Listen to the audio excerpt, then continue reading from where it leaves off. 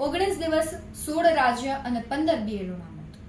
રાજ્યમાં એસઆઈઆરની કામગીરી ચાલી રહી છે. એમાં શિક્ષકો છે તે બીએલઓ તરીકે કામગીરી કરી રહ્યા છે.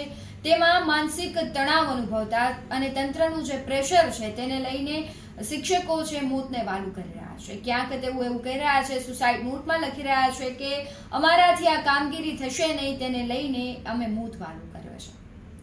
પરંતુ સવાલ એ થઈ રહ્યો છે કે જે પ્રમાણે શિક્ષકોને તંત્ર દ્વારા પ્રેશર આપવામાં આવી રહ્યું છે, બીજી તરફ રાજ્યમાં છે કાયદો અને વ્યવસ્થાની સ્થિતિ કથળી છે.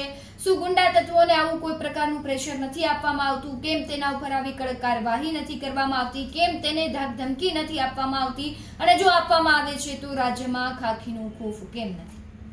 ધીમે ધીમે જે પ્રમાણે દેશના અલગ અલગ રાજ્યોના જે આંકડાઓની વાત કરીએ તો ગુજરાત અને મધ્યપ્રદેશમાં 4, બંગાળમાં 3, રાજસ્થાન અને તમિલનાડુ અને કેરળમાં 1 બીએલઓના મોત થયા છે. ક્યાંક છે તેઓ માનસિક તણાવ અનુભવી રહ્યા છે. ત્યારે આપણે જોઈએ કે જે પ્રમાણે તેઓને ધમકી આપવામાં આવે છે. અને તમે રાજકોટના જ સુરક્ષાની વાત કરું તો રાજકોટમાં દિવાળી પછીથી અનેક એવી હત્યાઓ થઈ અને હજુ પણ એ હત્યાનો ક્રમ યથાવત છે. દિવાળી પછીથી ખુલ્લેઆમ થતા ફાયરિંગ, આત્મહત્યા અને હત્યાઓ અને જૂથ અથડામણની ઘટનાઓ દિવસે દિવસે વધી રહી છે. ગઈકાલે રાતની જ વાત કરીએ તો જે જૂથ અથડામણની ઘટના હતી એમાં પોલીસ પર પથ્થરમારો થાય છે.